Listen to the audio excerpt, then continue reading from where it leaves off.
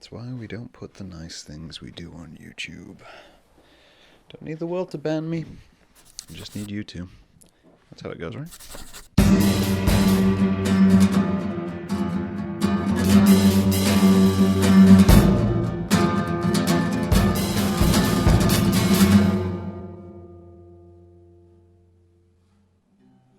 So kids, how are you doing today? I'm doing well. I'm in a space of my own creation, and we're figuring out what the cosmos has in store for us as we progress through it. That's all we can really do. It's all about being human. So I was thinking about things recently, which I am prone to do. I wouldn't recommend it. It's not a great idea. Quick sip of coffee there. There may be edits in this one because I'm currently still getting over a sore throat, so apologies for that, but we're going to move past it.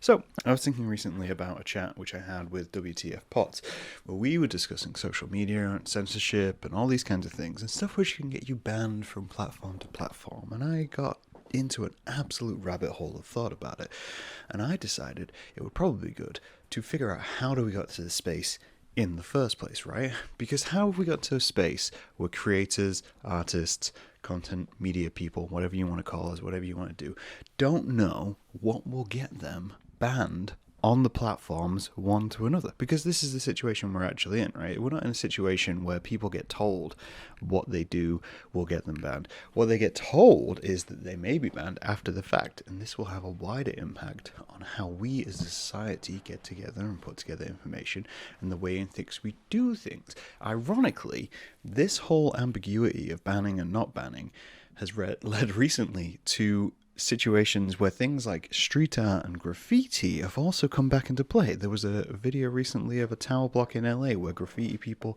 have gone in and they have artistically tagged the entire building, and it looks fantastic. And then I saw another recently where someone had full-on graffiti bombed a whole train in New York. That hasn't been done since like the 80s, and that again is fantastic because it shows where we're at within society. It plays into all of the stuff which we're about to discuss. So I thought we should take some time. Let's take a close look at YouTube, because YouTube is the platform which I'm basically on for this podcast, and probably the one which I use most. So it's our closest relative, and I thought it would take some time to go through and think, right, let's channel the inner Carlin, the inner voice inside my head, and can we define the 7 things you can get banned for on YouTube? It's going to get messy. It's going to be a road. It's going to be a journey. So if you want to join me on it, get on board. If not, thanks for watching. You can probably bail out at this point. You may have already gone. I read somewhere recently that, not recently, I think it was 2 or 3 years ago, that most people decide whether they're watching a video within the first 30 seconds. I wonder how much of a video gets watched by the robot before they start flagging it for bans. Do you know? I don't know. Who knows? What's the point in all of that anyway? So the number one problem, which I find when I think about this topic, is that no one actually tells you when you join a platform, in simple terms, what you can and cannot do on their platform, right? You are given a vague illusion. You are given a terms of service which would take you hours and hours to read, which is going to limit your accessibility to the platform. It's also a legal document, so you have to be able to understand these legal terms and techniques and all the minutiae in between in order to understand what can and can't be done. But also, a lot of these documents are vague, right? And get changed every day. They get updated. And recently, this week, I received at least 4 or 5 updates from various platforms which I even forgot I was on, saying, hey, we're updating our terms of service. You should know. Just so you're aware, we're doing this, we're changing this, which means profanity filters get updated, and you're playing whack-a-mole with content, and you're diving into a deep rabbit hole of just, what is the terms of service? If they've changed since I joined, because platforms were set up for one purpose and then have escalated over time, no one uses MySpace for social media anymore, Vampire Freaks is a clothing store, all of these things modify. So not only if they introduce you to the terms of service, which you may or may not read, do you have that, but it alters. Maybe soon after you even join the platform. It alters, it updates. All of these things come into play. It's like returning home to your office or returning home to your apartment. You have a key for your apartment. You know how to get into that door. You get home. The keyhole has moved, so you have to adjust where you slide your key. And then the next day, you come home. It's a different key. You have to go get a new key. The day after that, they've changed the keyword. They've bypassed security. They've gone, oh, hey, no, we're doing keyword basis now. You need to figure out what it is. How did we become a point where we're having to hack? We're having to physically hack into items we already had access to, right? First day, keyword was sycamore. Next day, it was marshmallow. Next one after that, it's going to be Bill Myers. And after that, it's going to be that you're going to have to exchange marshmallows on top of a mountain with some sort of soothsayer. Man, there's beeping outside the window. Who's reversing? I think he's stopping. All right, we're back on it. Minor interruption. But you're going to have to sit on top of a mountain, exchange some things to get access to this, to tell them your favorite color is not blue, and, reveal some inner dark secrets about yourself in order to just get access to where you were already living in the first place. Maybe you've been on that platform for years and they adjusted everything. They keep it abstract. But they keep it abstract. They keep it intentionally abstract, I may add. And that is done because then they can bend things, which is not actually dissimilar to what I do, right? I take an artistic concept, something simple, something straight to the point, and then I bend it. Usually it's a one-liner, and this is something which I learned to do while I was getting arts education and whilst I was getting regular education. You take the brief you are given, something simple, one-liner, which says, hey, bake a cake. Okay, so we're going to bake a cake. Well, what does that really mean? How can I adjust that? How can I get something more out of this than just a cake? And then I work on it, I think about it, I do research about it, I muse on it in some manner and some form, and I twist and bend it to create something original which is more than a cake, and to the untrained viewer will look at said cake and go, well, it's not a cake, this is something else, I'm seeing this. And then they think about it, and then they think about it a few more, and then they read the title and they go, oh, it seems so obvious when I have the context. And that's how modern art works. Just as a short review, that's exactly how modern art works. And this is what they do with the terms of service. This is what they do with all the things which are saying, oh, hey, this is what you can and can't do, and we're going to adjust that, and we're going to bend that to our needs and our financial backers and responsibilities. That is how we're going to approach this. Let me just say something. What is good for artists is bad for institutions. That methodology works great for artists, creators, anything which involves creativity. It is bad for institutions because institutions require rules and structure in order to function day to day, and require all of those things to be consistent so people can use them day to day. Write that down. What is good for artists is bad for institutions, and you can quote me on that.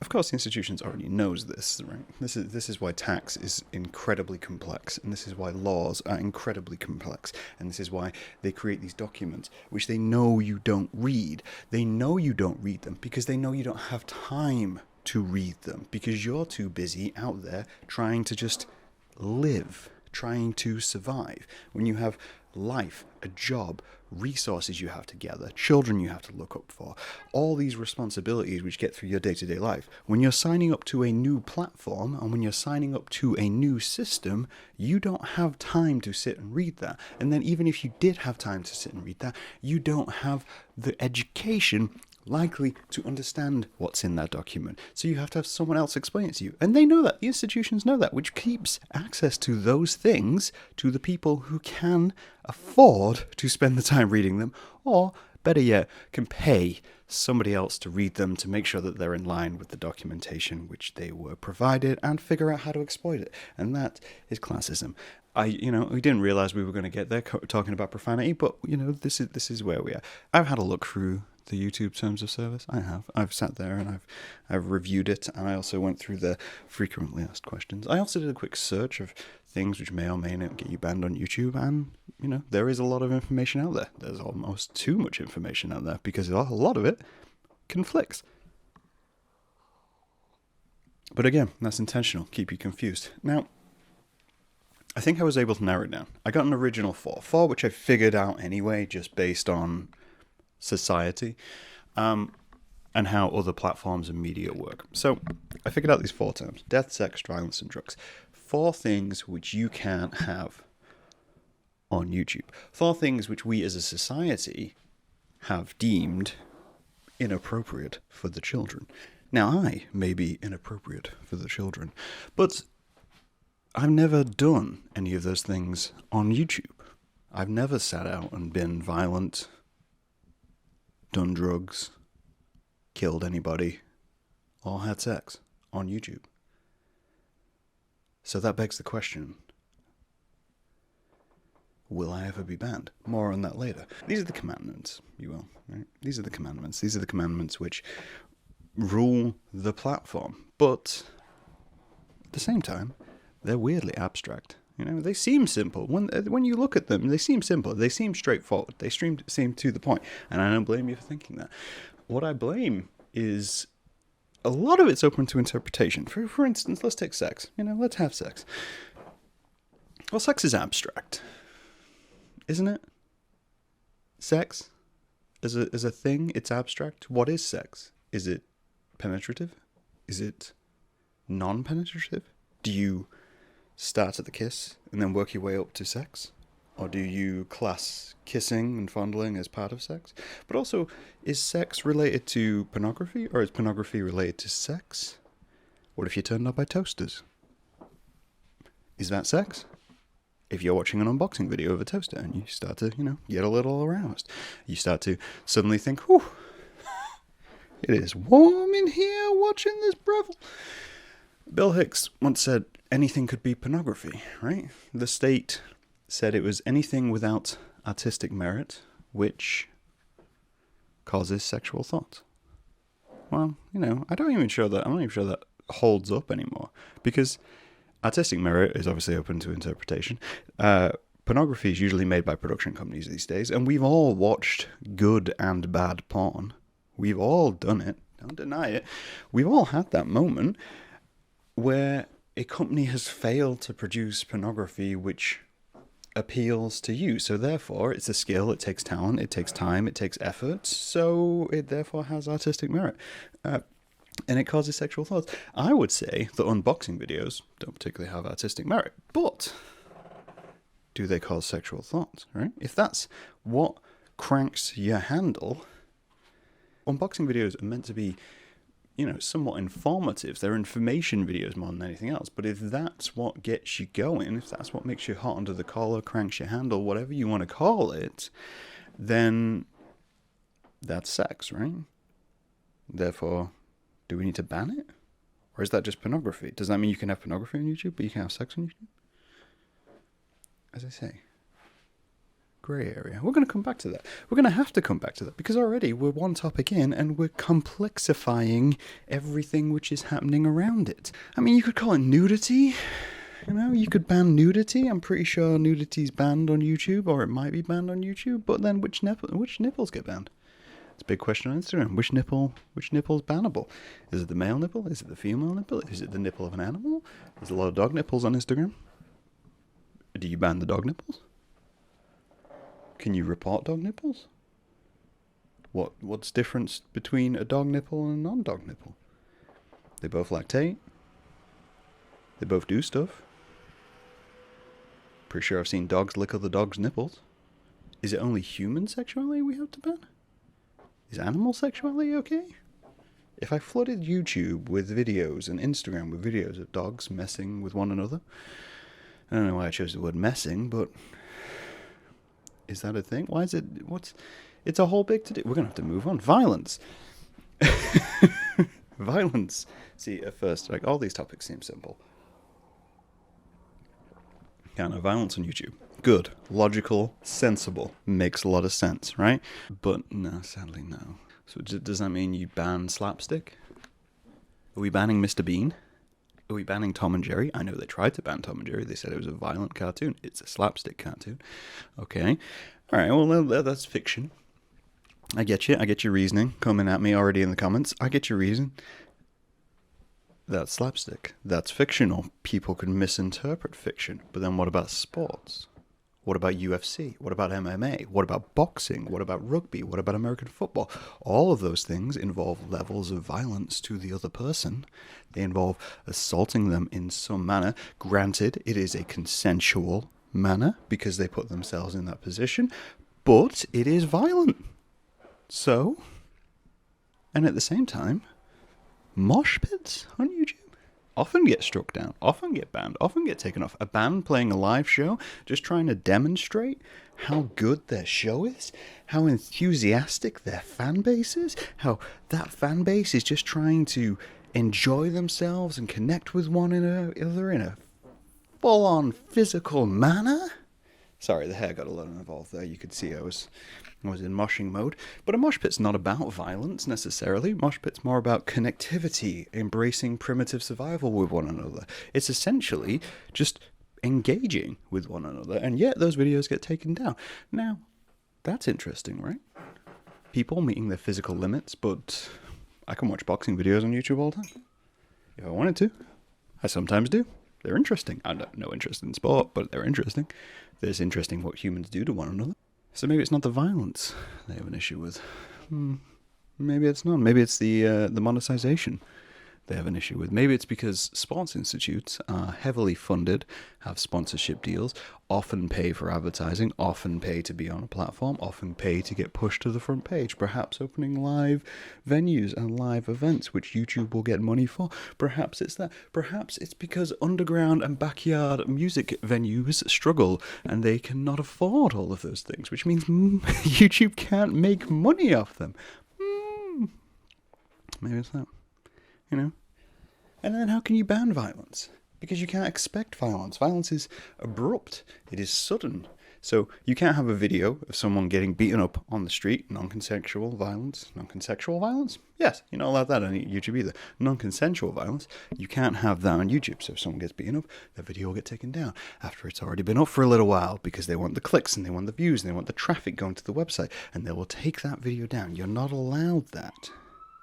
Right? However, there's a siren. That's the violence coming from me. Stopped. All right. However, you can host live streams. You can get people on the street doing different things. You know, if you're watching a glamour video, which is posing as a makeup tutorial, and you're sitting there and watching that, and in the background, I'm standing there and someone walks up and slaps me, that's violence. Do you ban that stream straight away? How can you ban that stream? How can you monitor that? How can you keep on top of that?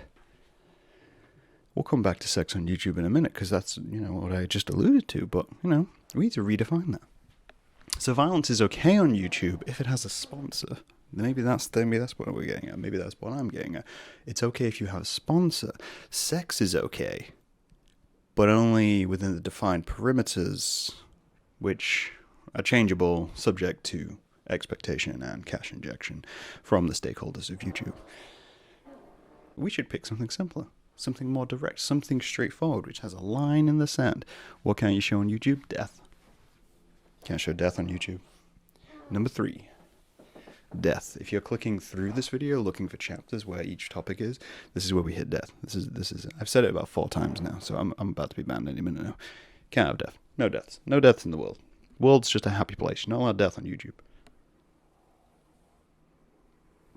Maybe. Fiction might be alright. There's some fiction with death in it may be okay. There's a lot of deaths in fiction, So no real deaths. That maybe that's the line. No real death on YouTube. But what about the news? See, he's gone complex again. What about the news? The news. Got this theory. I call it part-time filth. So part-time filth to me is anything which is on a platform which says that thing is banned, and breaks the terms of service, or the user and using license agreement, whatever you want to call it, breaks all of that, but is allowed because it can be financially exploited by the platform. So it's part-time filth. It's not full filth. It's like buying milk. You go to the store, you're not getting full filth because you know it's bad for you. You're getting part-time filth, which has had some of the fat skimmed off. Full filth is what you wanted. That was what you were going to the store for. It's going to make everything taste better. But you're going to get 2%. You're going to get semi-skimmed. You're going to get the part-time filth. It's like taking a tall friend to the movies. I think this is how the content gets in. It's like taking a tall friend to the movies and letting them walk in first because you're all 14, but they look 15, and you're all off into like an 18 rated film. And you push your tall friend. Or it's like going to the club. You go to the club and there's a line, and they're going to probably not let you in because maybe you're not in the conventional attractivity state. Maybe you look a little bland. Maybe you've been thrown out of there. That's another good one. Maybe you've been previously banned, but now you have a cosign. You have a cosign to get you into the club because your friend has a fancy hat and can distract the barman, so they won't notice. And you get it. That's what part-time filth is, right? That's how I classify part-time filth. It's pre-approval. It is the credit for the digital landscape. The cosigner of the digital landscape is part-time filth. And that's what allows things, that's why we get confused and that's why we get frustrated, because that's what allows things like clickbaiting videos, clickbait videos with dangerous things in it, 5-minute crafts which don't work, misinformation which is allowed to build, because the platform can monetize them, they can get money from that creator quickly, even if it goes up to like millions of views and then eventually gets taken down. They got the millions of views, they got the people to traffic to their website, and the chances are they probably clicked on something else after watching that original video. It's the same with live streams. Live streams with no actual why can't I say that word? Live streams with no conclusion. You've seen those where they suggest they're going to do something and then they never do the thing. They'll have a big inflatable bubble. I think Ted Nivison covered this. TikTok live streams are an absolute mess. The illusion of violence. Someone who's in a perilous situation, but the perilous situation, I can't pronounce words. The perilous situation is not real. It is fabricated. There's a staged environment. Nothing is actually going to happen. The machine they're building is never actually going to work. You put your quarter, you put your penny into the machine, the curtains open, and you're shown the person who is meant to take their clothes off on YouTube, on TikTok, on this live stream where they're teasing the people and they're getting them all riled up saying, hey, I'm gonna knock over these dominoes, oh, and it never happens. It just never happens. That's how they get away with it. Because they can see it as this is generating traffic, this is generating something positive for the website at whole, and then we can charge those people. And then we can take it down. And it's already done the job. It's exploitation. It's exploitation of the people who make these videos as well, just as a shout out to them, generally are in bad situations in their life, genuinely running out of options. So they're prostrating themselves on these platforms in order to get clicks. There's no sex in the champagne room. When you watch those videos, when you watch clickbait stuff, any of that, there's no sex in the champagne room, guys. You should know that. Violence attack videos are fine on YouTube, but only if it's between the lower classes. If it's against an institution, the video is getting taken down. If it's two unhoused people fighting on the street, that'll stay up for a little bit before it eventually gets taken down, before it gets reported, before the shareholders have something to say. The funniest thing is that this has happened before, right? This isn't a new phenomena for a platform. This has happened with basically every form of media which has ever existed. They've gone through this period of censorship, and this period of removal, and this period of reintroduction. Television went through it, film went through it, papers went through it, books went through it. Books are kind of undergoing a resurgence of that because people keep trying to ban books. Funny how people don't want you to have information, isn't it? The closest cousin of YouTube is television, always has been, is still going to be, and TV is very well defined. And TV is very well defined because it's an institution which you've never been able to just upload to. You've never been able to have free access to just upload things. You have to go through a system. You have to pay a license fee. There's satellites involved. There's antenna. There's cables. There's all these kinds of things. And there's rules. There's a status quo. There's a hotline for television, which should you meander, muse, pontificate, deviate from anything which they set out in their original terms and conditions on televisions, you get a phone call. You get a fine. There's a fine to pay. Wait until the laws catch up with social media platforms. And this will happen, by the way. This is going to happen because it is an untapped market. Once the laws catch up with social media and internet and all these things, and things like fines do start to happen more often to platforms which, host this content, they aren't going to pay those fines. What they're going to do is they're going to pass that on to you. So suddenly it becomes, you have an account which is on a platform, congratulations. You have monetized content, congratulations. The current plan is that you have violations, you stop monetizing those videos. That's what they do. They don't want to be seen to be promoting it. They stop monetizing it, they ban you. That's what happens. The future of that is an extra step, where it's, we stop monetizing you, we ban you, and then we fine you. Because as soon as their wallet starts to get picked, they're going to pass that damage onto you. And I'm not fear-mongering there. That's just reality. That's how systems work. As soon as the corporation starts to lose financial assets, they pass that on to the employees and the customers and make them pay more. So as Nuance grows, we go from a situation where we had a terms of service and we had 4 very simple things at the very beginning of this video saying, hey, these are the things which we know and we understand you can't do on your platform. And we adjust them.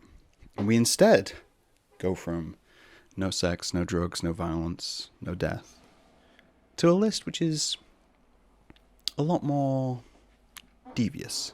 It becomes less simplified. It becomes more pick and choose. You can have no sex, but maybe some sex.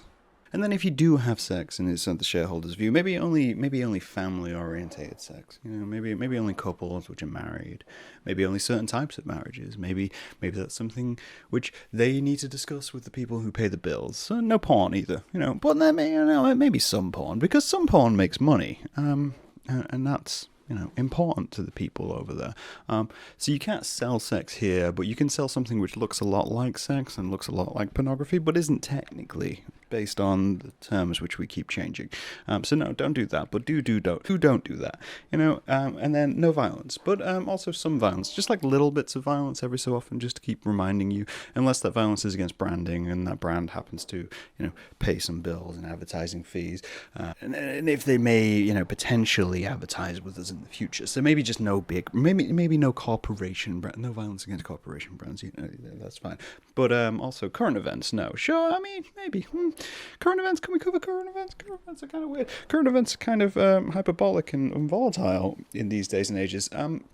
So keep it superficial. You can cover current events, but you can only cover superficial things, celebrities, whatever's on the television, whatever was pre-approved by the organizers of the situation. News is also complex, so, things like suicide rate, self-harm, all of those things, mental deterioration of a society due to misinformation and classist wars. Inequality may lead to unrest. We don't like unrest. Unrest means people don't spend money, and that's a problem for us. So nothing new. Right, nothing particularly new. You can cover the past, but only some of the past, because some of the past upsets some people who happen to still be in charge in any way, shape, or form. We have to be careful about those things. I don't know why I'm getting much more posh. It makes you feel posh when you start putting in these rules. Anyway. Nothing new content-wise, please. That's an unwritten rule, but it's right there.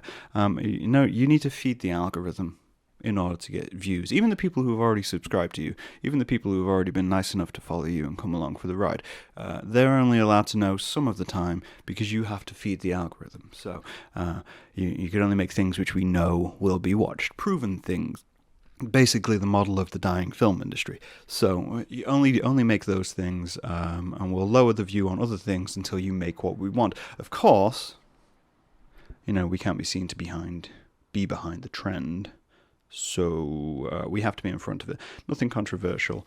If you do happen to go viral for any means, for something original and creative, we may take that down after it's fed our algorithm and pushed more people to our site, just for a short period until some celebrity jumps on it and then suddenly becomes validated. Because again, you've got that cosigner, so we might allow you to bring it back, but all of that will have died down because the celebrity will moved on to the next thing, and your original idea will have been stolen and reproduced by other larger platforms and other larger members of our community who have just repurposed it and removed the check marks from the thumbnail, so all of those things. Same for copyright theft. Same for anything which you put there, you basically lose ownership for. Me just standing in a room. Eventually this will be something somebody else owns. There's no real avoiding that. That's something which I call an artistic statement. Accepting the redundancy of everything I create and put onto any platform. Because the future is bleak. The lesser known orange slogan. The future is bleak, the future is orange. Nothing controversial, of course, but we won't tell you what we deem controversial, because what we deem controversial changes day to day, and it makes us look a little uncomfortable. It's a little embarrassing if we have to deem what is controversial. And of course, we can't make any clear, firm statement on what we find controversial because we might upset people who may want to buy advertising from us in the future. And of course, make shorts. Don't make shorts. Make some music. Don't make music. Show us your face. Maybe don't show us your face. We're not a big fan of your face. Roll over. Sacrifice your closest living relative to the CEO of YouTube, Neil Mohan, and then roll over and pour Angel Delight over a parakeet. And then maybe, just maybe, we'll let you have those views that you want. Oh, and don't forget to breathe, but maybe not for too long. It's expensive. So now what? Now what, Graham? Standing there in your room pontificating on this subject, what happens next? What is the solution to all this? You've just laid out the groundwork. You've laid out the problem. You've laid out that the situation is semi-dire. Now what? Truth is, I don't really have an answer. It's just, that's the fact of the matter. I don't have an answer on how to solve this. I guess at most I have a point to this.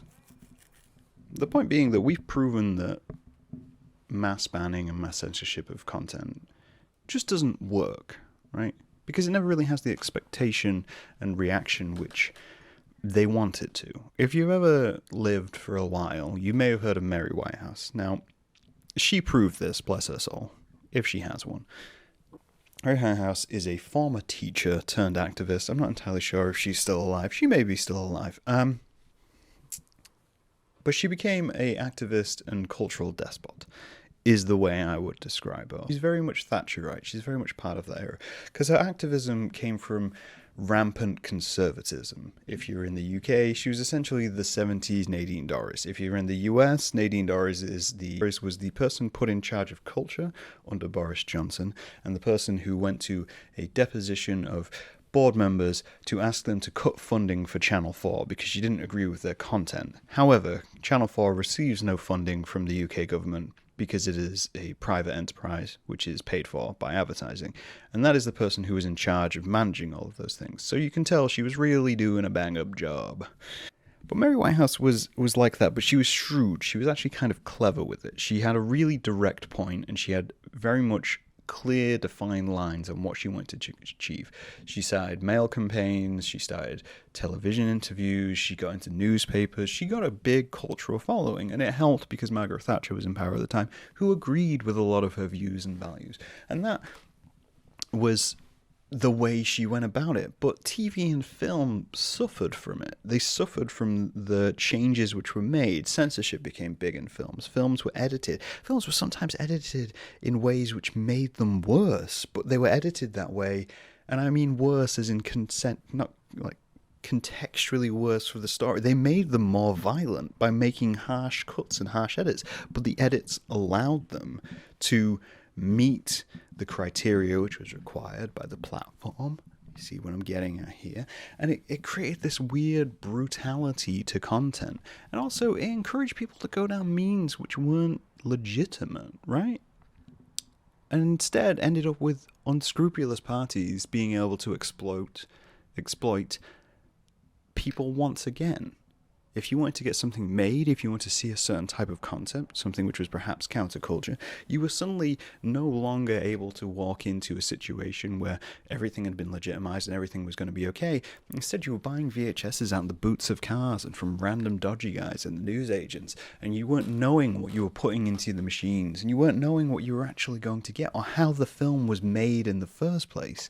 And it also led to just restriction of good social information. There's this whole thing about Mary Whitehouse. She was a sex education teacher, which is obviously she was extremely conservative, which to her, sex was a taboo subject. It wasn't something you should be informed on. It wasn't something you should have any knowledge of, which then led to bad sexual education. And once you have bad sexual education, you end up in a situation where teenage pregnancy occurs more often, STDs become on the rise, rape, assault, all of these things grow because you are censoring information which is valuable to the society at hand.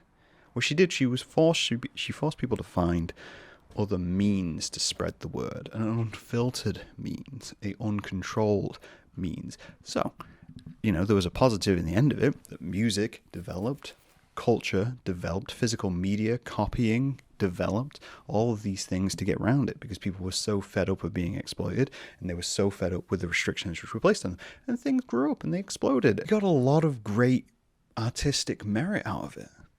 And that'll happen again with social media. You see it happening again. You see people returning to physical media, physical means. Zines have become a bigger thing recently in the last few years. I mean, I'm part of that culture anyway, but they're on the rise again. Vinyl came back. Who would have predicted vinyl would come back? But having that connection at shows was just hugely important to people, and getting something they can hang on their wall.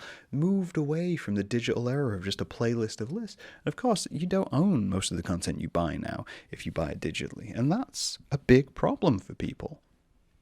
And it's going to change things. And social media will change things further once again.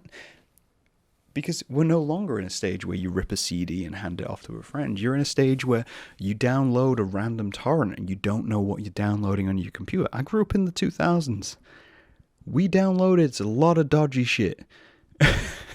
A lot of stuff we shouldn't have been downloading. I've seen things and had things in my computer which were not necessarily good for my computer or my mental health. But I've seen them and I have moved through them and I have learned from them and I educated myself from other sources as well as what I was getting. It's already changing language. I recently moved onto TikTok just as a way of, getting more focus on the art which I was creating, and the language use on TikTok is fascinating. The kids have adjusted themselves so quickly, and people have adjusted their language so quickly. They say, non-aliving. People are being non-alived over in different countries, guys. People are being non-alived. You can't say dead. You can't say suicide. You can't say self-harm. If you can't say topics like this because of fear of being banned, what does that mean for spreading information about it, which is actually useful to people, right? It also leads to homogenization of work. People who originally had great, fantastic ideas are taking their counterculture, counter-mainstream idea and then cramming it into something mainstream. Because if they don't, they know they're not going to get the click-through. They're not going to get what they need. They're not going to get the item which is allowing them to become a full-time paid artist, because they start making things which are on demand. I have no doubt a lot of these people who make a lot of the clicking stuff you see, a lot of the general bland stuff which you hear, the lo-fi and all this kind of stuff, have original, passionate ideas and are creative people, but they're being forced into a pigeonhole. It was the same with YouTube, and it still is the same with YouTube. The vloggers, video creators adjust their content to meet what the algorithm pushes. And you may say that that's moving with the cultural times, but I would say that the cultural times are now in such a state where people are no longer setting the trend.